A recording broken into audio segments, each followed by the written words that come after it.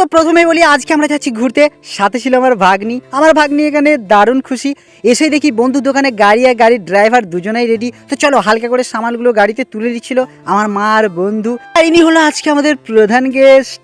তো যাই হোক, ঝাক্কাস করে গলসিকে টাটা বাই বাই বলে পানাগড় আর দুর্গাপুরের মেন পয়েন্টে আমরা চলে এসেছিলাম। আর এই ব্যানারগুলো দেখে তোমরা ভাবছো আমি কোথায় যাচ্ছি, বলবো সবটাই বলবো, একটু ওয়েট। আর এই জায়গাটাই মনে হচ্ছিল আমার হলিউড মুভির শুটিং করতে এসেছি, ফ্রি পয়সা শুটিং করতে পারলে তো ভালোই হয়। তো একটা সময় আমরা অনেকটা পথ পেরিয়ে চলে আসছি বক্রেশ্বর ড্যাম, আর যেটা আজকে আমি দেখেই ছাড়বো। এই দেখো, বলতে বলতে তোমাদের সামনে বক্রেশ্বর ড্যামটা আমি তুলেই ধরলাম। তোমরা এবার বলো এটা দেখতে কেমন লাগছে। সত্যি বলতে আমার তো এখানটা চরম লেগেছে, আশা করি তোমাদেরও হেভি লেগেছে। ঠিক তার বিপরীত পয়েন্টটা ছিল এরকম, আর উপরে রাস্তাটা ছিল এরকম।